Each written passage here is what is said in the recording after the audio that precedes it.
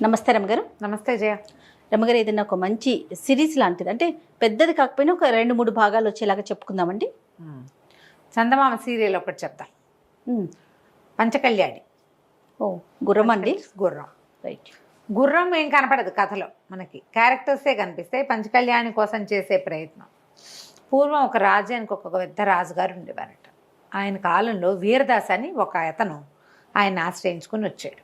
చాలా బుద్ధిమంతుడు, చాలా అనుభవశాలి, పరాక్రమవంతుడు, ప్రయోజకుడు, చాలా అన్ని మంచి లక్షణాలు ఉన్నాయి. వీరదాస్కు 3 కొడుకులు, రాజుగారికి 3-4 కుమారులు ఉన్నారు. పిల్లలు ఒకేసారి ఇంచుమించుగా ఒక వయసు వాళ్ళే అన్నమాట. వీరదాస్ చాలా చక్కగా ఉండేవాడు. అయితే ఈ పిల్లలు కలిసి ఆడుకునే వాళ్ళు చిన్నతనం అంతా.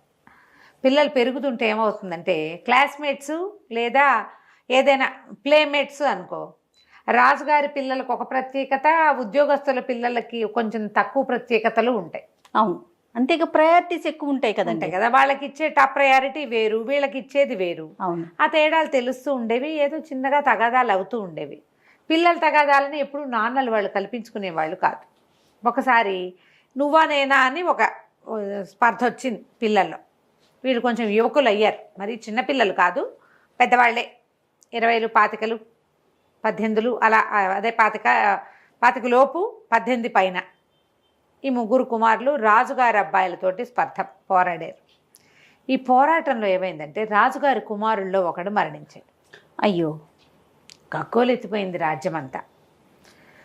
పిల్లల్ని తండ్రిని పట్టుకున్నారు. పట్టుకుంటే రాజు అన్నాడు, నేను ఈ పిల్లల విషయంలో ఇలా తప్పు పట్టలేకపోతున్నాను, కానీ నువ్వు ఒకటి ఆలోచించు.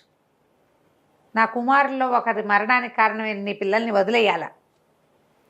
ఇది ఆటగా మొదలై మరణానికి దారితీసింది. నేనేం చేయాలి ఇప్పుడు? సరే, ఒక పని చెయ్యి. నీకు అసాధ్యమైన ఒక పని చెప్తా. నీ కుమారులతో సహా వెళ్ళి దాన్ని సాధించుకురా. సాధించుకుని రాలేకపోతే నీకు మరణం తప్పదు, నీకు కుమారులకి కూడా. ఒకవేళ నువ్వు సాధించుకొస్తే నిన్ను నేనేం చేయను, అప్పుడు కూడా నేను నిన్నేం చేయను. కుమారులను మాత్రం దండించి తీరుతాను. సాధించుకొస్తే మిమ్మల్ని వదిలేస్తా. పిల్లల్నే పంపించచ్చు, కానీ అది పిల్లల వల్ల అయ్యే పని కాదు, నువ్వు కూడా చేయాలన్నాడు. సరే, పిల్లలు 3 కుమారుల్ని కాపాడుకోవడానికి వీరదాసు అలాగే మహాప్రభు చేస్తానన్నాడు. అప్పుడు ఏం చెప్పారంటే, వీళ్ళకి కొంత దూరంలో ఉన్న శ్యామల నగరం అనే ఒక నగరం, ఒక రాజ్యం అది. ఆ శ్యామల నగరానికి ఒక బ్రహ్మాండమైన రాజు ఉన్నాడు. అతని దగ్గర ఒక పంచకళ్యాణి గుర్రం ఉంది. ప్రాణం ఒక ఎత్తుగా చూస్తాడట దాన్ని. సాధారణంగా రాజరికాల్లో ఏంటంటే, గుర్రాలు, ఏనుగులు, ఎడ్లు, సాధనాలు, రథాలు, వాటికి ఒక ప్రత్యేకమైన స్థానం ఉంటుంది. చాలా ప్రత్యేకంగా చూసుకుంటారు వాటిని. ఇప్పుడు దీన్ని అటు ఇటు చేయటానికి వీల్లేదు. ఆ గుర్రాన్ని ప్రాణాలతోటి నాకు తెచ్చపచెప్పు, మిమ్మల్ని వదిలిపెడతానన్నాడు. గుండెల్లో రాయిపడింది వీరదాసుకి. శ్యామల నగరమే కట్టుదిట్టమైన నగరం. దాని రాజు చండశాసనుడు. ఆ గుర్రం అంటే అతనికి పంచప్రాణాలు. పైగా ఎవరు పడితే వాళ్ళు వెళ్ళి తీసుకొచ్చేయటానికి గుర్రాలు ఇష్టారాజ్యానికి రావు, అవి ఒప్పుకోవు. దాన్ని తేవటం ఎట్లా? అడిగితే ఇచ్చేది కాదు అది. అడిగితే మీ గౌరవాన్ని మాకు ఇవ్వండి అంటే ఇస్తారా ఎవరైనా? తీసుకురావాలి. సరే, ఒప్పుకున్నాడు. ఇక్కడున్నా మరణం తప్పదు. పోనీ ఏదో రాజద్రోహం చేసి చచ్చిపోయామన్న పేరు కంటే, రాజుగారు చెప్పిన పని చేస్తూ చచ్చిపోయామంటే ఏదో కొంచెం పర్వాలేదు అనుకుని ఒప్పుకున్నాడు. రాజు అన్నాడు, నేను ఉట్టి చేతులతోటి పంపను అని చెప్పి 3 కుమారులకి తండ్రికి కలిపి 4 బరువైన మూటల బంగారు కాసులు ఇచ్చాడు. పట్టుకెళ్ళు, నీ సొంత ఖర్చు ఏం పెట్టుకోకర్లా, డబ్బు కూడా నేనే ఇస్తా, గుర్రాన్ని బట్టరా చాలు. సరే, ఆయన ఎందుకో అది పెట్టుకున్నాడో మనకు తెలియదు, ఒప్పుకున్నాడు. సరే, ఏం చేశారు, ఇంట్లో చెప్పేసి భార్యను వదిలిపెట్టి కుమారులు, వీరదాసు, 4 కలిసి బయలుదేరి వెళ్ళారు. వెళ్ళి శ్యామల నగరపు శివార్లలో ఉన్న ఒక పెద్ద దేవాలయ సముదాయంలోకి ప్రవేశించారు. ప్రవేశించాక అక్కడ ధర్మకర్త ఒక ఆయన ఉన్నాడు. అదేంటంటే దేవుడి మాన్యం. దేవాలయం అవతలకుండి వీళ్ళు వెళ్ళిన సముదాయాలు, భవన సముదాయం ఏంటంటే దేవుని మాన్యం. ఆ భగవంతుడి కోసం చేయబడుతున్నటువంటి వ్యవసాయ భూములు అవన్నీ.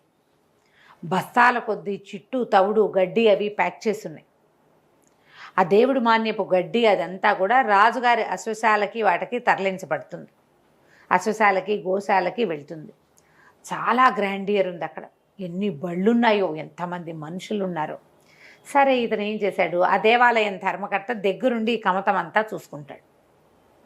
ధర్మకర్తను చూడబోతే సరే ఇతను చూసి మంచి బలాఢ్యుడైన మనిషి, కుర్రాళ్ళు మంచి జవజవలాడుతూ ఉన్నారు. రాచరికంలో పెరిగిన వాళ్ళ పోకడలు వేరేగా ఉంటాయి. రాజుగారికి సమీపస్థలుగా పెరిగారు కదా, వీళ్ళని చూసి ఆయన చేతిలో ఉన్న బరువైన సంచి చూసి అదంతా దానమేనని అంచనా వేశాడు ధర్మకర్త. సరే, వీళ్ళకి ఇది చేయాలని మేము ఒక ముఖ్యమైన పని మీద వచ్చాం, మాకు మీరు ఆశ్రయం ఇవ్వండి, మా పని అయిపోయాక వెళ్ళిపోతామని చెప్పాక సరే ఆయన ఏమనుకున్నాడు, వీళ్ళు చూస్తే గ్రాండ్గా ఉన్నారు, ఈ వీరదాసు పేరు కూడా ఎప్పుడూ విన్నట్టుగానే ఉంది, రాజుగారి ఆంతరికుడు ఇతను బాగా అని. సరే, ఏం చేశాడు ఆయన, లోపల పిలిచాడు, వీళ్ళకి భోజనాధికాలన్నీ ఏర్పరిచాడు. కొంచెం శుభ్రంగా స్నానాలు చేసి తండ్రి కొడుకులు భోజనం చేశారు. పిల్లల్ని పడుకోమన్నాడు. కుమారులు నిద్రపోయాక ధర్మకర్తని దగ్గరికి పక్కకి తీసుకెళ్ళి జరిగిందంతా చెప్పేసాడు. ఇలా జరిగింది, నా పిల్లడి కుమారుల ప్రాణాలు మీ చేతుల్లో ఉన్నాయి, మేము రాజుగారి పంచకళ్యాణి గుర్రం తీసుకెళ్ళటానికే వచ్చాం అనగానే ఆయన నిర్ఘాంతపోయాడు. అమ్మో అన్నాడు. ఈ వీరదాస్ ఏం చేశాడు, ఈ బంగారపు మూట ఉంది కదా, ఇతను నవర్సుల మూట, కాసులు ఇచ్చాడు కదా రాజుగారు, ఆ కాసుల మూట ఎత్తి చేతిలో పెట్టాడు. మీకు ఇచ్చేస్తున్నా, ఇది మమ్మల్ని అశ్వశాలలో ప్రవేశపెట్టండి చాలు, మీరు ఇంకే సహాయము చేయక్కర్లా నాకు. తను చాలా ఆలోచించాడు ధర్మకర్త. అయ్యా అది కాదండి, దొరికారంటే చంపేస్తారు, మీ చావుకి నేను కారణం అవుతాను, మీ అంతటా మీరు ఇక్కడ ఏదో ప్రయత్నం చేసి వెళ్ళారంటే ఒక రకము అంటే, ఇతను ఏమన్నాడంటే, కాదండి, మేము అక్కడ రాజద్రోహ నేరం కింద నా పిల్లల్ని అరెస్ట్ చేస్తారు, నా పిల్లల ముగ్గురిని చంపేస్తే నేను నా భార్య బతికుండం, మా జన్మాంతం వీరదాసు కొడుకులు రాజద్రోహులు అన్న మాటే నేను మోసుకోవాలి, ఒకవేళ నేను బతికుంటే. నేను చచ్చినా మా కుటుంబీకులు ఎవరైనా మా బాబాయ్ కొడుకులు మామయ్య కొడుకులు వచ్చినా వీరదాస వాడు రాజద్రోహి కదా అన్న మాటే మేము అనిపించుకోవాలి. ఏదైనా ప్రయత్నంలో చచ్చిపోతే, పోనీ మీ రాజుగారి చేతిలో చచ్చిపోయినా రాజుగారు చెప్పిన పని చేస్తూ చచ్చిపోయామన్న పేరైనా ఉంటుందండి. ఇది అసంఘటిత కార్యాన్ని చేయడానికి పూనుకున్నాడు సాహసి వీరదాసు, వాడి కొడుకులు సాహసులు, ఆ పేరు ఎలా ఉంది, రాజద్రోహి పేరు ఎలా ఉంది. కాబట్టి నేను ఇదే కోరుకుంటున్నాను, దయచేసి ఈ డబ్బు ఉంచుకోండి మీ దగ్గర, మీరు మమ్మల్ని ప్రవేశపెట్టండి. అంటే ఆయన బాగా ఆలోచించామన్నాడంటే, మీరు నన్ను నమ్మి ఇంత మాట చెప్పారు, ఇంకొకళ్ళు అయితే మిమ్మల్ని ఇక్కడే అరెస్ట్ చేయించేవాళ్ళు, కానీ ఇది భగవంతుడి మాన్యం, దేవుడికి ఒక మాన్యంలో జరిగే వ్యవహారాలు ఏవి కారణం లేకుండా జరగవని నమ్ముతాను నేను. చిట్టు తవుడు రోజు చిట్టు పొట్టు వెళ్తాయి ఇక్కడి నుంచి, ఆ చిట్టు బస్తాల్లో కూర్చోబెట్టి మిమ్మల్ని గోతం కుట్టేసి ఆ బళ్ళ మీద వేసేస్తాం. ఇవి అశ్వశాలకే వెళ్తాయి, రేపు ఉదయం వెళ్ళబోతున్నాయి బళ్ళు, చాలా బళ్ళు అందుకే ఉన్నాయి. కూర్చోబెట్టి పంపిస్తాం. పంపించిన తర్వాత మీరు ప్రాణాలతో తిరిగి వస్తే మీ మూట మీరు తీసుకెళ్తారు, కానీ మీ డబ్బులు నాకొద్దు. మీరు తిరిగి రాకపోతే భగవంతుడికి కైంకర్యం చేస్తాను. ఇది మీరు రావాలని శతవిధాలో కోరుకుంటున్నాను. ఇది కోరుకోవటం రాజుగారి గుర్రం పోవాలని కోరుకోవటం అని అనుకోకండి, ఒక నలుగురి ప్రాణాలు దీని మీద ఉన్నాయన్న దీని కొద్దీ నేను ఇట్లా అంటున్నానని చెప్పాడు. సరే అన్నాడు. రాత్రికి పడుకున్నాడు. అయినా తెల్లవారుసామున 4 నిద్రలేపారు. ఒక బస్తాలో కూర్చోబెట్టి మొత్తం చిట్టుతోటి మిగిలిన భాగం అంతా నింపేసి బస్తాలు కుట్టేశారు. కొన్ని వందల బస్తాల మధ్యలో ఈ 4 బస్తాలని, ఈ తండ్రి కొడుకులను కూర్చోబెట్టిన బస్తాలను పెట్టేసి పంపించేశారు. వాళ్ళకి చాకులు ఇచ్చారు లోపల నుంచి కోసుకునేందుకు వీలుగా. అశ్వశాలలో మొత్తం బస్తాలన్నీ దింపేశాక నాన్న కొడుకులు కలిసి ఆ బస్తాని కోసేసి బయటకు వచ్చారు. అశ్వశాల చాలా పెద్దది, కొన్ని వందల వేల గుర్రాలు ఉన్నాయి. వీళ్ళు నిదానంగా వెతుక్కుంటూ వెళ్ళారు. చీకట్లో తెల్లవారుజామున వెళ్ళారు. వెళ్తే అక్కడికి వెళ్ళేసరికి మధ్యాహ్నం అయింది. అశ్వశాలలో కోసుకుని ఒక మూల కూర్చున్నారు దొరక్కండా. చీకటి పడ్డాక ఈ పని మొదలుపెట్టారు. వెతుకుతుంటే మెల్లిగా వాళ్ళకి కాసేపటికి కనపడింది. ఈ పంచకళ్యాణి గుర్రం చాలా ప్రత్యేకంగా ఉంటుంది. దాని లక్షణాన్ని బట్టి అది పంచకళ్యాణి అని గుర్తుపట్టాలి. పిల్లలకి తెలియదు కానీ వీరదాసుకు తెలుసు. అతను బాగా మంచి ఇది ఉన్నవాడు కదా, పెద్దవాడు కదా, అనుభవశాలి. దాంతో అతను ఏం చేశాడు, గుర్తుపట్టి ఆ గుర్రం దగ్గరికి వెళ్ళాడు. వెళ్ళేసరికి ఆ గుర్రం వీళ్ళు కొత్త వాళ్ళని చూసేసింది. అది కళ్ళు పెద్దవి చేస్తుంది, వణుకుతుంది. గుర్రం సకిలించడానికి ప్రయత్నం చేస్తుంది. దగ్గర అయితే ఈ చీకటి మాటున కొంచెం చీకటిగా ఉంది కదా, గుర్రపు లక్షణాలు కనిపెట్టాడు కానీ దాని మొహంలో ఉన్న ఎక్స్ప్రెషన్స్ ఈయన కనిపెట్టలేకపోయాడు. అదే. దాన్ని ప్రత్యేకంగా కట్టిన కట్టుబడి, దానికి పెట్టిన ఆహారాలు, అవన్నీ వాసనలు అవన్నీ కనిపెట్టి వెళ్ళాడు. ఈ దగ్గరకు వచ్చేసరికల్లా అదేం చేసింది, ఆ గుర్రం ఒక్క ఎగురెగిరి తను పట్టుకోపోయేసరికల్లా తన్నేసింది వీళ్ళని, పెద్ద పెద్దగా సకిలించేసింది. సకిలించి విదిలించుకోవడానికి ట్రై చేసి పక్కనున్న కర్రలన్నింటినీ తోసేస్తే ఏవో కొన్ని డబ్బాలు లాంటివి, మంచినీళ్ళ బుంగలు అవి పెట్టారు. ఆ బుగ్గలన్నీ ఒకదానికొకటి తగిలి పెద్ద మోత అయింది. సకిలింపుకి ఎవరు లేచురారు. సకిలింపు విత్ మోత అయ్యేసరికల్లా ఏదో జరిగిందని ఒకళ్ళిద్దరు లేచి వచ్చారు, కేకలు పెట్టారు, ఎవరో ఉన్నారు, ఎవరో వచ్చారు లోపలికని. ఇక పట్టేశారు, పట్టుకున్నారు. అయ్యో. పట్టేసేసారు. పట్టేశాక వాళ్ళల్లో ఒకడు ఈయన గుర్తుపెట్టాడు. ఒరే వీడు ధారానగరం నుంచి వచ్చిన వాడు, ఈయన రాజుగారి ఆంతరికుడు, నాకు తెలుసు, నేను చూశాను ఇదివరకు వెళ్ళినప్పుడు అని వాడు గట్టిగా కేకలు పెట్టాడు. ధారానగరం నుంచి శ్యామల నగరం దాకా ఎటా వచ్చారు వీళ్ళు? అక్కడి నుంచి పట్టుకున్న నలుగురిని పెడరెక్కలు విరిచి కట్టేశారు. రాజుగారి దగ్గర తీసుకుపోయారు. తెల్లవారేసరికి రాజు సరే కుర్రాళ్ళని నుంచోబెట్టాడు, కానీ ఈయన ధారానగరంలో రాజుగారికి ఆంతరంగికుడు అని తెలిసింది. సైన్యాధిపతి వచ్చి చూశాడు, ఈయనని గుర్తుపట్టాడు. ఓ చిన్న ఉచితాసనం వేయించి కూర్చోబెట్టాడు. ఆయన అడిగాడు, ఇంత ప్రయత్నం ఎందుకు చేశారు మీరు? నా గుర్రం మీద చెయ్యేసిన వాడిని క్షమించను నేను, పైగా మామూలుగా మాకు శిక్షలు ఎక్కువ, మేము చండశాసనుడు రాదు ఆ పేరుంది ముందు, ఎందుకు ఇంత ప్రయత్నం చేశావంటే ఇంక ఏమీ చేయలేక వీరదాసు జరిగిందంతా చెప్పేశాడు. ఇప్పుడు నీ ప్రాణం ఎక్కడుంది? కత్తి మొన మీద ఉన్నది. నీతో పాటు నీ కుమారులు ముగ్గురు. ఎంత ప్రమాదకర స్థితిలో ఉన్నావు. నీ సాహసానికి నేను మెచ్చుకుంటున్నాను. కానీ ఏముంది, వాళ్ళు అక్కడే పొడి చేసి ఉండొచ్చు. నిన్ను గుర్తుపట్టి వాళ్ళు నిన్ను పట్టుకొచ్చారు. నా గుర్రం తీసుకెళ్ళడానికి వచ్చానని నువ్వు నాకే చెప్తున్నావు. నేను నా కత్తి మొన మీద ఉన్నావు కదా నువ్వు. ఇలాంటి ప్రమాదకర స్థితి నీ జీవితంలో ఎప్పుడైనా జరిగిందా? గుర్తు చేసుకుని చెప్పు నాకు. నువ్వు చెప్పిన విషయం నాకు నచ్చితే, అది ఇంత ప్రమాదకరమో అని నేను నమ్మితే, ఇంత ప్రమాదం అని నేను నమ్మితే నీ కొడుకుల్లో ఒకడిని వదిలేస్తా ప్రాణాలతో అని చెప్పాడు రాజు. పాయింట్ ఎంత డిఫరెంట్గా ఉంది. ఇప్పుడు ఈయన ఒక కథ చెప్పాలి, అది రియల్గా జరిగి ఉండాలి, రియల్గా అనిపించాలి, ఇతను కనిపించాలి ముందు, రాజు కనిపించాలి, అప్పుడు వదులుతాడు అనేసరికల్లా ఇతను ఆలోచించాడు. ఇలాంటి ప్రమాదాలు జీవితంలో చూస్తూనే ఉంటామండి. మన జీవితాలు, మానవ జీవితాలు ఎప్పుడూ ప్రమాద పంచుకు వెళ్ళిపోతున్నాడు. ఒక్కోసారి కావాలని మనమే తెలుసుకోకుండా వెళ్ళిపోతాం, అనుకోకుండా మన మీద పడిపోతే. నా చిన్నతనంలో ఒక సంఘటన జరిగింది. అది కూడా ఇలాగే, ఇట్లాంటి ప్రాణాపాయ స్థితి. చావు తప్పి కన్ను లొట్టపోయి బయటపడ్డాను నేను. అంటే రాజు చెప్పు, నేను ఆ కథ వింటాను అన్నాడు. బేతాళి కథలాగా అదే, సేమ్ అలానే అనిపిస్తుంది. ఇతను చెప్పాడు, నా చిన్నప్పుడు నేను 10 ఏళ్ల పిల్లాడిగా ఉన్నప్పుడు మా నాన్న, మాకు ఆవులు అవి ఉండేవి. మా నాన్న దగ్గర ఆవులు ఉండేవి, ఆయనకి పశుపోషణ చేసేవాడు. అయితే మా ఆవుకు ఒక దూడ పుట్టింది. ఒక ఆవుకి మిగిలిన గొడ్లతో కాకుండా ఆవుని సమీపంలో ఉన్న అడవికి తీసుకెళ్ళి మేపుకురమ్మన్నాడు.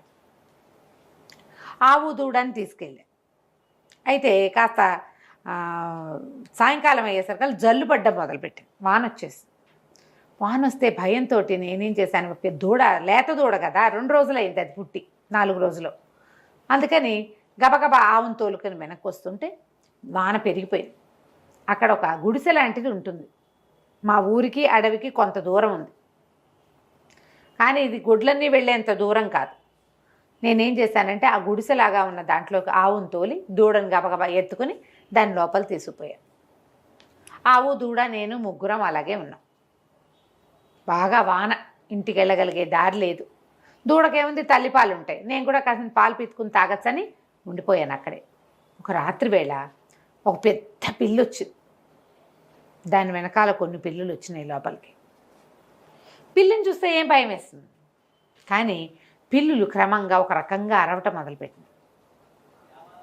అవి ఎట్లా అనిపిస్తుందంటే పిల్లులు మాట్లాడుకుంటున్నాయి.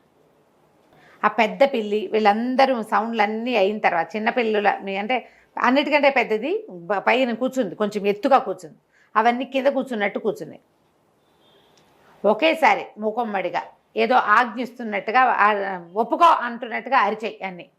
పిల్లి కూడా గొంతు పెద్దది చేసి పెద్దగా అరిచింది. నేను చూస్తూనే ఉన్నా. చూస్తూ ఉండగానే మొత్తం పిల్లులన్నీ ఎగిరి దూకి ఆవు దూడ మీద పడిపోయినాయి.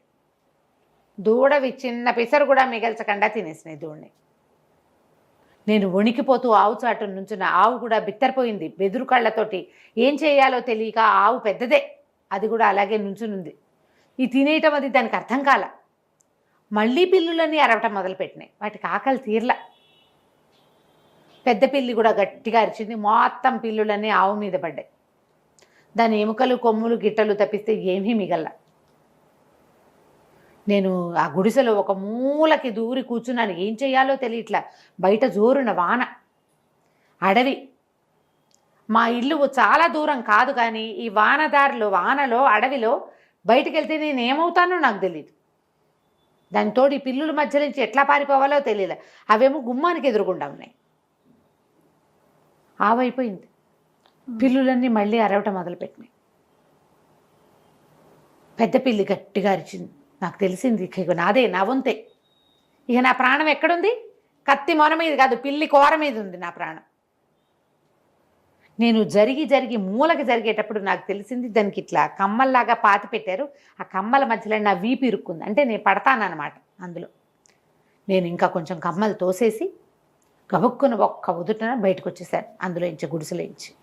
ఊరు వైపు కాకుండా రెండో వైపుకి పరిగెడితే పిల్లులు నేను లేనని తెలుసుకున్నాయి. అవి కూడా అన్నీ, కొన్ని ఏమో ఆ కంతలో నుంచి కొన్ని వచ్చినాయి, కొన్ని పక్క నుంచి వచ్చినాయి. పిల్లులు ఇంకా నా వెంటపడ్డాయి. అయితే నేను ఆవును తోలుకెళ్ళేటప్పుడు నా చేతికి అంత చేపాటి కర్ర, ఓ ఇంత బాకు ఉంటాయి మాకు, బొడ్లో బాకుంది. ఆ కర్ర పుచ్చుకుని పరిగెత్తాను నేను. పరిగెత్తి పిల్లులు దగ్గరకు వచ్చేస్తుంటే ఒక నిడుపాటి చెట్టు ఎక్కేసా. పైన ఎక్కి కూర్చున్నాను. ఒక్కో పిల్లి ఎక్కటం మొదలుపెట్టాయి. దగ్గరకు వచ్చిన పిల్లిని దగ్గరకు వచ్చినట్టుగా 3-4 పిల్లుల్ని కర్రతో కొట్టేసా, బాకుతో పొడిచేసాను నేను. పిల్లులు కింద పడిపోయాయి. అక్కడి నుంచి పిల్లులన్నీ చెట్టు చుట్టూతా చేరి నిలబడి ఉన్నాయి కింద. కొన్ని పోయినాయి, 3 పోయినాయి. 2-3 కొట్టేశాను. మిగిలినవి అక్కడి నుంచి అరవటం మొదలుపెట్టినాయి. ఆ వాన, ఆ చెట్ల మీద దిక్కులేని పరిస్థితుల్లో చచ్చిపోయిన ఆవు దూడ కంటి ముందు కదులుతూనే నా చావు అట్లా కనపడుతోంది నాకు. పిల్లి పైకి రాదు. ఇంకా తెల్లారేదాకా కూర్చున్నానంటే సరిపోతుంది అనుకున్నా. కానీ పిల్లులు మళ్ళీ మూకొమ్మడిగా అరవటం మొదలుపెట్టినాయి. ఆ పెద్ద పిల్లి ఏదో చెప్పింది. చెప్పేసరికి అది అరుస్తోంది. పిల్లులు ఏం చేసినాయంటే ఓ పక్క నుంచి గోళ్లతో కాళ్ళతోటి తవ్వటం మొదలుపెట్టినాయి. చెట్టు వేర్ల దగ్గర నుంచి పెకలించడం మొదలుపెట్టింది. ఇంకా మామూలుగా లేదు. ఒక్క వేరు లాగేస్తుంటే ఆ చెట్టు, ఇంత పొడుగ్గా ఉన్న కన్నటి పొడుగాటి చెట్టు ఓ పక్కకి ఒరిగిపోవటం మొదలుపెట్టింది. అయితే ఈ పిల్లుల అరుపులు, నేను కేకలు నావి ఎంత దూరం పరిగెత్తానో నాకు తెలియదు. ఎక్కడికో వెళ్ళే కదా, ఆ చెట్టు ఎక్కడో ఉంది. అయితే ఈ కేకలకి ఈ మొత్తం వేళ్ళన్నీ తెగిపోయి చెట్టు కిందకి పడిపోయే టైంకి నేను ఎక్కిన చెట్టు తాలూకు అవతల భాగంలో ఒక పల్లెటూరు ఉంది. ఒక 40 మంది తండా ఉన్నారు అక్కడ. ఈ పిల్లరుపులు, కుర్రాడి అరుపులు వినపడుతూ ఉండేసరికల్లా వాళ్ళల్లో కొంతమంది లాంతర్లు, కత్తులు పుచ్చుకొని పరిగెత్తుకుంటూ వచ్చారు. చెట్టు కింద పడింది. నేను కింద అయిపోయి ఆ పిల్లులకు దొరికేశాను అనుకున్నా. ఇంచుమించు 5-6 పిల్లులు ఎగిరి మా మీదకి లంఘించినాయి. ఒక్క పిల్లికి నేను దొరికిపోయినట్టే. ఆ వెనకాల నుంచి వస్తున్న వాళ్ళలో ఒకడు లాంతర్ విసిరేసేసరిగా భగ్గుమంది లాంతరు. ఆ మంటలో కుర్రాడిని నేను కనపడ్డాను వాళ్ళకి. వాళ్ళంతా పెద్ద కేకలు పెట్టి ఆ రాళ్ళు రప్పలు చేతిలో ఉన్నవి విసిరేసి, నాకు కొన్ని దెబ్బలు తగిలినాయి. కానీ పిల్లులు మాత్రం పారిపోయినాయి. ప్రాణాలు కడబట్టిపోయి భయంతో పడిపోయి ఉన్న నన్ను వాళ్ళు ఎత్తుకుని తీసుకుపోయారు. 3-4 దెబ్బలు తగిలినాయి. పిల్లి గీరేసింది కొన్ని చోట్ల నన్ను.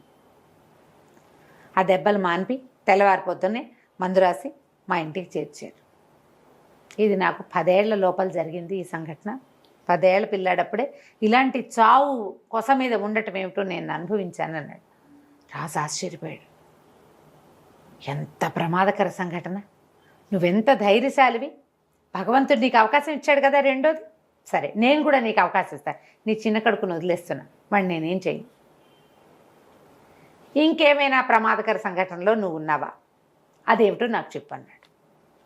ఇతను ఆలోచించడం మొదలుపెట్టాడు. గుర్తు రావటల్లా ఏం చేయాలో ఆలోచిస్తున్నాడు. నెక్స్ట్ ఇంకొకటి అడిగి ఒక పిల్లోడిని వదిలేశాడు కదా రాజు. వదిలేశాడు. శ్యామల నగరపు రాజుగారు వీరదాసుని అడిగాడు, ఇంకొక విషయం చెప్పు, ఏదైనా ప్రమాదభరితమైన పరిస్థితిలో నువ్వు ఉన్నది. ఆల్రెడీ ప్రమాదంలో ఉన్నాడు. మళ్ళీ ఇంకొకటి అంటే పాపం ఇంకేమైనా కదా, నువ్వు ఇలాంటివి ఇంకేమైనా ఫేస్ చేసావా?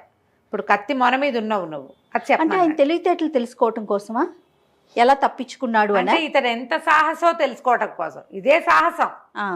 ఇక్కడ దాకా రావడం. అయితే ఏం చెప్పాడంటే, నేను కొంచెం యువకుడిని అయ్యాక, వీరదాస్ చెప్తున్నాడు అనమాట, చిన్నప్పుడు నేను ఆ ప్రమాదం తప్పించుకున్నా, కొంతకాలం పాటు నేను అడవికి వెళ్ళాల, తర్వాత పెద్దవాడిని అయ్యా క్రమంగా, ఇంకా అది మర్చిపోయాను. ఊళ్ళలో అందరూ చెప్తారు ఇలాంటివి ఏవో జరుగుతుంటాయి జీవితంలో, ముందుకు వెళ్ళిపోవాలని. వెళ్ళిపోమా, యాక్సిడెంట్లు అయ్యి కోలుకుంటారు, మళ్ళీ బండెక్కరా, ఇంకా అదే కదా, ఎక్కుతారు, విమానాలు ఎక్కరా, ఎక్కుతారు. పడవల మీద వెళ్ళేవాళ్ళు కూడా అంతే, చావుదప్పు కనలొట్టపోయి కాస్త ఒప్పుకొచ్చాక మళ్ళీ పోతారు. ఈయన కూడా అట్లాగే అయ్యాడు. అయితే కొంచెం యువకుడిని అయ్యాను, కొంచెం పెద్దవాడు అయ్యాక నాకు ఎప్పుడు కొండల మీదకి ఎక్కటం అవి ఇష్టంగా ఉండేది. పెద్ద తోడు గీడు నేను వాంఛించేవాడిని కాదు. ఆకుపచ్చగా ఎత్తుగా ఉన్న కొండలు చాలా ఆకర్షించేవి. ఓసారి ఒక చుట్టాల ఊరు వెళ్ళా నేను. వెళ్తే ఆ ఊళ్ళో కొంచెం బలాదూరు తిరుగుతారు పిల్లలు, ఏముంది అలా తిరుగుతూ ఉండగా దూరంగా ఒక ఆకుపచ్చటి కొండ చాలా ఆకర్షించింది నేను. పర్వత ప్రాంతం చాలా బాగుంది. నేను ఆ పర్వతం మీదకి ఎక్కగా ఎక్కగా ఎక్కగా ఒక కనుమలోంచి పొగ వస్తుంది, ఒక చోట్లోంచి. అదేంటి కనుమ అట్లా ఎత్తుగా ఉండి ఒక లోతుగా ఉంది, ఆ లోతులోంచి దాన్నే కనుమ అంటారు. అవునవును, పర్వత కనుమలు అంటాం కదా. ఆ కనుమలోంచి పొగ వస్తుంటే అక్కడ ఏముందో చూద్దాం అనుకున్నాను.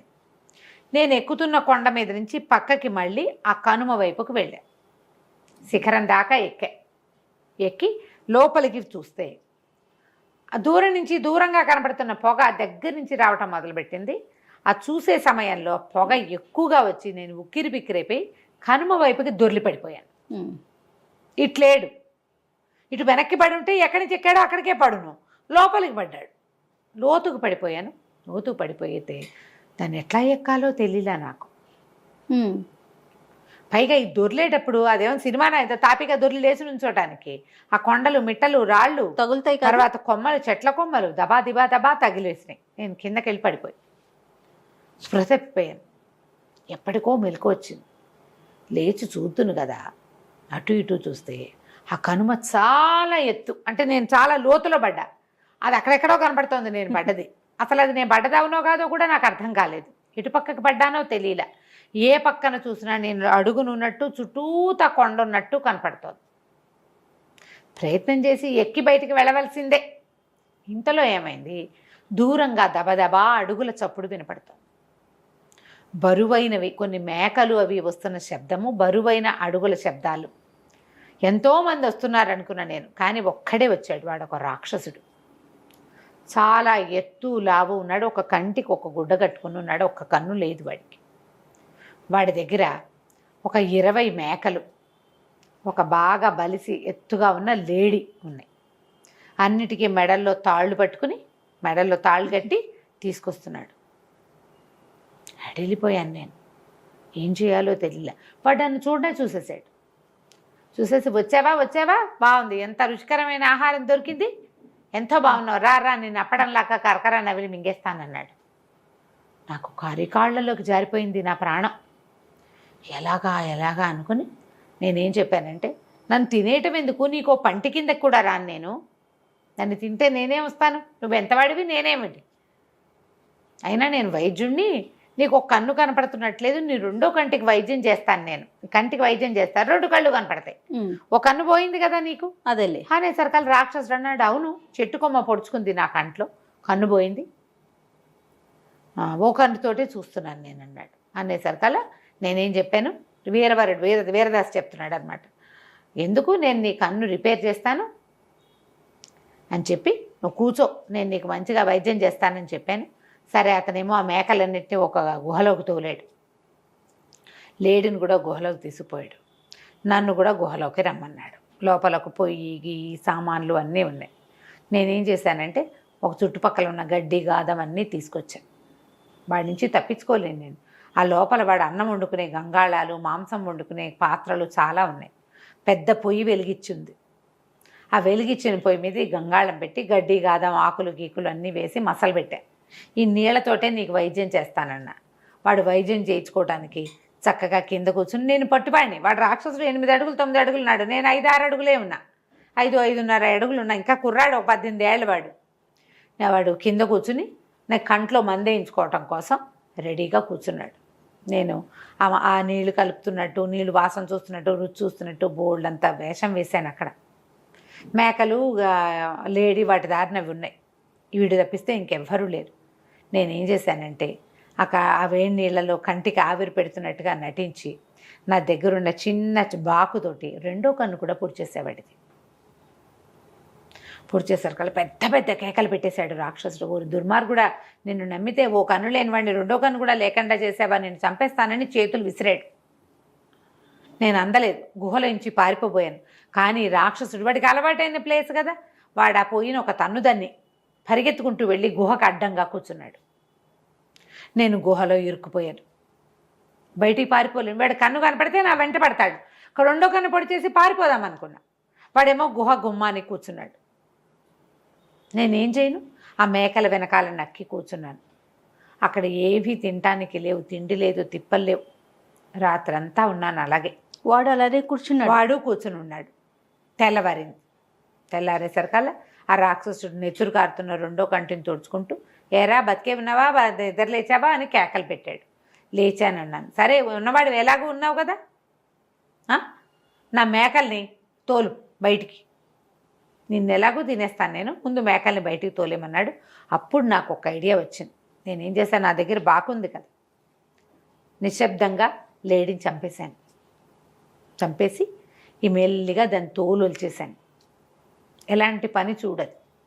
అక్కడి నుంచి మేకల్ని వదలమన్నా కదా అని గదమాయించాడు నన్ను. గదమాయించగానే నేనేం చేశాను, ఒక్కో మేకని వదలటం మొదలుపెట్టాను. ఓ మేకను వదిలిపెట్టాను.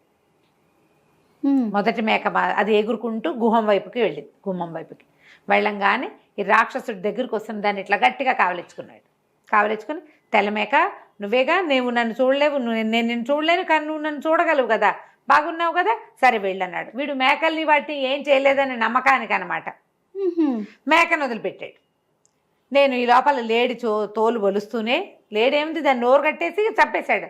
అది అరవడానికి వీల్లేదు. మేకలు మామూలుగా మేమే అంటాయి, వాటికి చంపటాలు నరకటాలు ఏమి అర్థమై చావు, మామూలుగా ఉంటాయి. 20 మేకల్ని ఒక్కో మేకని 5-5 నిమిషాల గ్యాప్లో వదిలిపెడుతూ ఆ సమయం మొత్తంలో లేడి చర్మాన్ని మొత్తాన్ని ఒలిచేశాను. మాంసాన్ని పక్కకు తోసేసి ఆ లేడి చర్మాన్ని కప్పుకుని, నా లేడిని కూడా వదిలిపెట్టేయి అన్నాడు. ఆ చర్మాన్ని కప్పుకుని నేను వెళ్ళిపోయాను బయటికి. వాడు అన్ని మేకల్ని కావలించుకుని ప్రతిదాన్ని కొమ్ములు సవరించి దాని పేరు పెట్టి పిలుస్తూ దాన్ని వదిలిపెట్టాడు. ఈ లేడిని కూడా కావలించుకున్నాడు. వాడికి లేడి చర్మము కొమ్ములే తగులుతాయి. ఆ లేడీ, నువ్వు నన్ను చూడలేవు, అదే నువ్వు నన్ను చూడగలవు, నేను నిన్ను చూడలేను, అయినా నిన్ను ముట్టుకుంటేనే నాకు సంతోషంగా ఉంది, పద బయటికి అని వదిలేశాడు. నేను ఆ లేడి చర్మం కప్పుకొని బొక్క ఊదుటని బయటకు వచ్చేసాను. మేకలు లేడీ అన్నీ బయటికి వెళ్ళిపోగానే రాక్షసుడు పెద్ద పెద్ద గొంతుతోటి అరవడం మొదలుపెట్టాడు. ఎక్కడున్నావంటే ఇంకెక్కడున్నాను, నేను వెళ్ళిపోతున్నానని బయట నుంచి సమాధానం చెప్పగానే రాక్షసుడు, ఊరి దుర్మార్గుడా, నువ్వెంత తెలివి, సరే నీ తెలివితేటలకు మెచ్చుకున్నాను, ఇదిగో ఈ ఉంగరం పట్టుకెళ్ళని ఉంగరం ఇవ్వబోయాడు. నేనన్నా, నేను నీ దగ్గరికి రాను, వస్తే నువ్వు చంపేస్తావు అంటే, కాదురా, నువ్వెంత తెలివిగలవాడివి, నీలాంటి తెలివిగల మనిషిని చూడనే లేదు నేను, అస్సలు చూడలా, కాబట్టి నువ్వు ఈ ఉంగరం తీసుకో, నువ్వు వెళ్ళిపో, కనుమ దాటి వెళ్ళిపో, నీ ఓపుకుంటే అన్నాడు. అనేసరికల్ నేనన్నాను, నేను నీ దగ్గరికి రాను, ఉంగరం ఇస్తాను అంటే విసిరే నా మీద కన్నాను. వాడు కాస్త ఉంగరం విసిరాడు. గుహలో నుంచి బయటకు వచ్చి నుంచున్నాడు. నేను ఆ వేలికి ఉంగరం పెట్టుకుని నడవటం మొదలుపెట్టాను. నేను 2 బారాలు నడవంగానే, ఉంగరమా ఎక్కడున్నావు అని పిలిచాడు రాక్షసుడు. ఈ ఉంగరం వెంటనే ఇక్కడున్నా అని సమాధానం చెప్పేసింది. వెంటనే రాక్షసుడు పరిగెత్తుకుంటూ వచ్చేసాడు నా వెనకాల. ఉంగరం ఆన్సర్ చెప్పేస్తాం, వేలుకుంది కదా ఉంగరం. ఇక వాడు 5-5 నిమిషాలకు ఒకసారి ఎక్కడున్నావు అంటాడు, నా వెనకాల పరిగెత్తుకొచ్చేస్తాడు. నేను ఎటు వెళ్తే అటు. ఆ ఉంగరాన్ని పారేద్దామని తెలియలా నాకు. చాలాసేపటికి ఈ కొండ ఎక్కగా నాకు అక్కడ ఒక పెద్ద చెరువు లాంటిది కనపడింది. దాని నిండా చేపలే, మొసళ్ళు కూడా ఉన్నాయి. రాక్షసుడు బతికుండగా వాటి ఎప్పుడైనా కావాలంటే పీక్కుని తినేవాడేమో. ఆ. వాడికి ఇప్పుడు కళ్ళు లేవు కదా. నేనేం చేశానంటే ఈ ఉంగరం తీసి చెరువులో విసిరేసాను. అది పోయి ఒక మొసలిక పంటికి తగులుకుంది. నేను ఈ రెండో పక్కకి పరిగెత్తాను, ఆ చెరువు దగ్గర నుంచి పరిగెత్తేసాను. ఈ రాక్షసుడు మాత్రం ఉంగరమా ఉంగరమా ఎక్కడున్నామంటే ఇక్కడున్నా అంటుంది. అది ఆ ఇక్కడున్నా అన్న వైపుకే నడుచుకుంటూ వెళ్ళి చివరికి ఆ రాక్షసుడు ఆ చెరువులోకి ప్రవేశించేసాడు. నేను చూస్తూనే ఉన్నా. అది నీళ్ళలో ఎప్పుడైతే వాడు నీళ్ళలో పడ్డాడో ఆ చెరువులో ఉన్న అన్ని మొసళ్ళు, రకరకాల విషసర్పాలు, చేపలు, కొన్ని మాంసాహారం తినేవి వాడి మీద మూకుమ్మడిగా దాడి చేసినాయి, తినేసేసినాయి వాడిని. ఆ మేకలు ఎటుపోయినాయో నాకు తెలీదు. నేను మెల్లిగా ఆ కనుమని 2 రోజులు 3 రోజులు పట్టింది ఎక్కడానికి. కనపడిన పండు కాయ కసురు కోసుకు తిని సావు తప్పి కన్నులొట్టపోయి ఎలాగో బయట ప్రపంచంలోకి అడుగుపెట్టాను. నేను మా ఊరు చేర్ల ఎక్కడికో వెళ్ళా. మెల్లిగా వెతుకుంటూ మా ఊరు వెళ్ళాను. నా జీవితంలో 2వ ప్రమాదకర సంఘటన అదేనన్నాడు. రాజు ఆశ్చర్యపోయాడు. ఊళ్ళల్లో ఇలా జరుగుతాయి, కొండల్లో ఎన్ని ప్రమాదాలు ఉంటాయో. ఎంత అద్భుతమైన విషయం చెప్పావు. అసలు నీ ప్లేస్లో ఎవడైనా ఉంటే వాడికి ఇలాంటి ఊహ వస్తుందా? ఆ రాక్షసుడికి దొరికిపోయేవాడు. నువ్వు లోపల ఉన్నప్పుడైనా దొరికి ఉండాల్సింది. మొదట దొరికినప్పుడు చచ్చిపోవాలి, లోపల ఉన్నప్పుడు చచ్చిపోవాలి, ఉంగరం వల్లైనా చచ్చిపోవాలి. కానీ 3 సార్లు నువ్వు చావలేదు. అక్కడి నుంచి తప్పించుకోలేక చచ్చిపోయే వాళ్ళు కూడా ఉంటారు. నువ్వు అప్పుడు కూడా చావలేదు. చాలా సాహస వీరదాసు నువ్వు. నీ 2వ కొడుకును కూడా వదిలిపెట్టేస్తానన్నాడు. అమ్మాయి అనుకున్నాడు వీరదాసు. 2 పిల్లలు బతికిపోతారు, ఇంటికి వెళ్ళిపోతారు. తను పెద్ద కొడుకు దొరికిపోతారు. అయితే రాజు అన్నాడు, 2 చెప్పావు, చాలా ఆసక్తికరంగా ఉన్నాయి. ఇంకోటి చెప్పు. నీ జీవితంలో అత్యంత ప్రమాదకరమైన సంఘటన, నువ్వెప్పుడూ ఊహించంది, ఇప్పటిదాకా ఎవరికీ చెప్పంది ఏదైనా ఉంటే ఒకటి నాకు చెప్పమన్నాడు. ఇంకోటి చెప్పు అంటే ఇతను ఆలోచనలో పడ్డాడు. ఏం చెప్పాలి, ఏమున్నాయి, ఏం జరిగినాయి, యుద్ధాలు ఎన్నో చేశాం అని చెప్పి ఆలోచించడం మొదలుపెట్టాడు వీరదాసు. అతను చెప్తున్నాడు రహస్య, తన తాలూకు ప్రమాదభరితమైన క్షణాలు తన జీవితంలో. రాజు ఇంకోటి చెప్పు, అప్పుడు నీ పెద్ద కొడుకును కూడా వదిలిపెట్టేస్తానన్నాడు. అని ఆలోచించి చాలా ఆలోచించాక ఈ మధ్యకాలంలో కాదది జరిగింది. నా కుమారుడు కూడా పుట్టల, కానీ నేను యుక్త వయస్కుడిని అయ్యా, పెద్దవాడిని అయ్యా, వీరోచిత విద్యలవి నేర్చుకున్నా, నాకు వివాహం కూడా అయింది. అయితే ఒకనాటి సాయంకాలం ఒక వ్యాహ్యాళిగా ఊరికే అలా సాయంకాలపు సరదాకి సముద్ర తీరానికి వెళ్ళాను నేను. వెళ్తే అక్కడ ఒక చక్కటి అందమైన పడవ ఒకటి ఉంది. ఎంతో బాగుంది. చూద్దామని పడవెక్కాను. పడవెక్కితే పడవలో ఎవ్వరూ లేరు, పిట్ట పొరుగు లేదు. నేను ఆ పడవంతా తిరిగి వచ్చే లోపల పడవ కదిలిపోయింది. నాకేం చేయాలో తెలియలే. పడవ దానంతటా ఎలా కదులుతుందో నాకు అర్థమే కాల. సరే ఏమనుకున్నాం, వెళ్తోందిగా, ఎటు వెళ్తుందో చూద్దాం అనుకున్నా. చిన్నతనం, కుర్రతనంతో కేకలు పెట్టి అరిచి ఎవరినైనా పిలిచే పరిస్థితి కూడా లేదు. సముద్ర తీరంలో ఎవరూ లేరు. ఆగి ఉన్న పడవ ఎక్కాడు. మనుషులు ఉంటారనుకున్నాడు. అదేలే, దానికి ఏదో లంగరేసి ఉంటారనుకున్నారు, కానీ కట్టేసి ఉంచుతారు జనరల్గా ఒడ్డు మీద ఆగిన వాటిని. ఏమీ లేవు దానికి. అది వెళ్ళిపోయింది. నాకు పడవ గాలికి నిద్ర పట్టింది. ఒక పూటంతా ప్రయాణం చేసింది. ఒక అంచుకు చేరింది ఎక్కడికో. నేనేమనుకున్నాను, దిగి చుట్టుపక్కల ఏమైనా ఉన్నాయేమో చూద్దాము, ఈ పడవ ఎట్లా నడపాలో మనకు తెలియదు అనుకున్నాను. నేను దిగిన మరుక్షణం పడవ వెళ్ళిపోయింది. ఏం చెయ్యాలో తెలియలా, నాకు అర్థం కాలేదు. కానీ సరే ఎక్కడో దిగాం, ఇదేమిటో ఆను పాను తెలుసుకుంటే తర్వాత సంగతి తర్వాత చూసుకోవచ్చు. ఇంటి దగ్గర వివాహం అయింది, భార్య ఉంది, అయినా సరే తెంపర్తనమే. ఇక నేను నడవటం మొదలుపెట్టా. ఏవో కాయ కసురు పళ్ళు కనపడ్డాయి, కోసుకుని తిన్నాను. సముద్రపు గాలి, వెదర్ బాగుంది. అది ఒక పచ్చటి, ఒక ఏకాంతంగా ఉన్న ఒక ద్వీపం. ఓ పక్కకు ఉన్నట్టుంది. ఈ సముద్రపు అలలు అవి తగులుతూ ఇసుక అది అందంగా ఉంది, మంచి ఆకుపచ్చగా అందంగా కనపడుతోంది. నడుస్తూ వెళ్ళి ఇక ఎక్కడికి నడవాలో తెలియక, మనుషులు ఎవ్వరూ కనపడక ఓ చెట్టు ఎక్కి కూర్చున్నాను. మాగన్నుగా నిద్రపట్టింది. చెట్టు మీద దించి జారి పక్కకు పడ్డాక నాకు తెలిసింది నేను ఒక ఎత్తు ప్రదేశం మీద ఉన్నాను. డౌన్లో జరుగుతున్న సంగతి ఏదో నాకు కనపడుతోంది.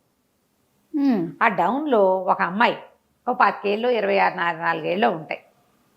ఓ ఏడనర్థం ఏడాది దాటిన ఒక చంటి బిడ్డని ఎదురుగుండా పెట్టుకుని ఒక కత్తి పెట్టి వాడిని ఇట్లా పడవడానికి ట్రై చేస్తోంది. వాడు పిల్లాడు తను పొడుస్తోంది అనుకోవటల్లా, చంటాడికి ఏముంది, కత్తి చాకు ఏదో ఒకటి అది పుచ్చుకొని లాగుతున్నాడు. ఈ అమ్మాయి వాడిని విదిలిస్తుంది, చెయ్యి వెనక్కి తీసుకుంటుంది, మళ్ళీ అంటుంది, వాడు పట్టుకుంటాడు, కిచకిచా నవ్వుతాడు పిల్లాడు, కత్తి పుచ్చుకుని లాగుతున్నాడు, తల్లి పిల్లాడు లాక్కుంటున్నట్టుగా ఉంది. నాకు అర్థం కాలేదు, పిల్లాడిని చంపేస్తుంది అనుకుని గబగబా వెళ్ళి, ఎవరమ్మాయి నువ్వు, ఏం చేస్తున్నావు? నా వల్ల కావట్లేదయ్యా వీడిని చంపటం అంటే. వాడిని చంపటం ఎందుకమ్మా, చంటి బిడ్డని చంపటం ఎందుకు, నువ్వు ఏమిటి అని అడిగాను. అడిగితే ఏం చేయను, నా పిల్లాడే వీడు, చంపలేకపోతున్నాను, చంపితే కానీ కుదరదు. చంపటం ఏమిటి, ఇక్కడ ఎవ్వరూ లేరు, నువ్వు అసలు ఎట్టా వచ్చావు, నేను అదేదో దిక్కుమాల పడవెక్కి వచ్చాను, ఎవరు పిట్ట పురుగు లేని చోట శుభ్రంగా ఉన్నావు, చిన్నపిల్లలే ఉన్నావు, నువ్వేమిటి ఈ చంటి పిల్లాడేమిటి, వాడిని చంపటం ఏమిటి నువ్వు అంటే, ఏం చేయను నాయనా, వీడిని వండి రాక్షసుడికి అన్నం పెట్టాలి, నేను పొయ్యి మీద గంగాళం కూడా పెట్టొచ్చాను, వీడిని చంపి అందులో పడేయాలి అనగా నిర్ఘాంతపడి, రాక్షసుడు ఉన్నాడా, పసిబిడ్డని చంపి వాడికి పెడతావా అని అడిగాను. అడిగితే పెట్టాలి, నేనేమో తెలియక సముద్ర తీరాన పిల్లాడిని కాసేపు ఆడించడానికి తీసుకొచ్చేసరికల్లా అక్కడ ఏదో పడవ కనపడితే పిల్లాడి చేతులు ఆడిస్తున్నాడని ఊరికే పడవెక్కి చూపిద్దామని ఎక్కంగానే అది కదిలి వచ్చేసింది, కేకలు పెట్టినా ఎవరూ పలకలేదు, అది లాక్కొని వచ్చి తీసుకొచ్చి ఈ ద్వీపంలో దింపింది. ఏం చేయను మరి, పిల్లాడు ఉన్నాడా, నాకు తిండి తిప్పలవాడు, నా పాలు తాగినా నేను ఏదో ఒకటి తినాలి కదా, ఏడాది దాటిన పిల్లాడు, వాడికి తిండి కావాలి, కొన్ని తల్లిపాలున్నా తల్లికి తిండి కావాలి కదా.